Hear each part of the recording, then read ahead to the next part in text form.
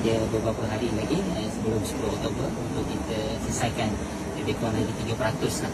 Manakala kalau kita berada ni sekarang, kita berada di Sanakan ini telah mencapai tahap pembantian 98.2% dalam tahap yang tinggi.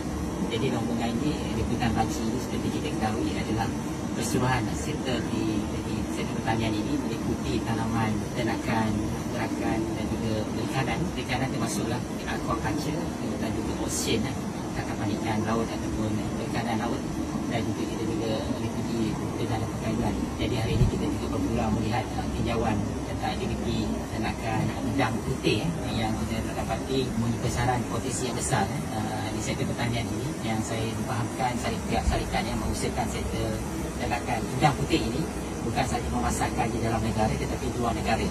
Ini adalah contoh-contoh yang kita boleh lihat bagaimana sektor pertanian negara berdasarkan apa yang kita lihat di lapangan berpotensi untuk kita mengimbangi kita punya defisit dalam ekspor dan import berkaitan dengan makanan. Jadi kita rasa kita berpeluang untuk menjadi pengeluar mengekspor bahan-bahan makanan, termasuk sektor perikanan, termasuk pengeluaran udang misalnya, dan juga ikan air tawar juga. Jadi dalam hubungan ini hari ini juga saya berkesempatan bermusyawarah berbincang dengan agensi pertanian di Sanakan ini. Jadi kita ada ketua pertanian dan juga ketua perikanan, ketua ternakan dan juga Sabang Persekutuan, termasuklah agensi setempat yang berada di sini. Kita berbincang, kita pastikan data-data yang kita peroleh sebelum kita mengeluarkan data resmi pada tahun depan. Kita juga pastikan semasa pengupasan ini berjalan, kita nak supaya tidak ada yang tercicir, tidak ada maklumat yang begitu berbeza dengan anggaran awal misalnya. Jika dia berbeza, kita kena lihat di mana perbezaan itu berlaku, kerana kita nak lihat bagaimana data ini nanti betul-betul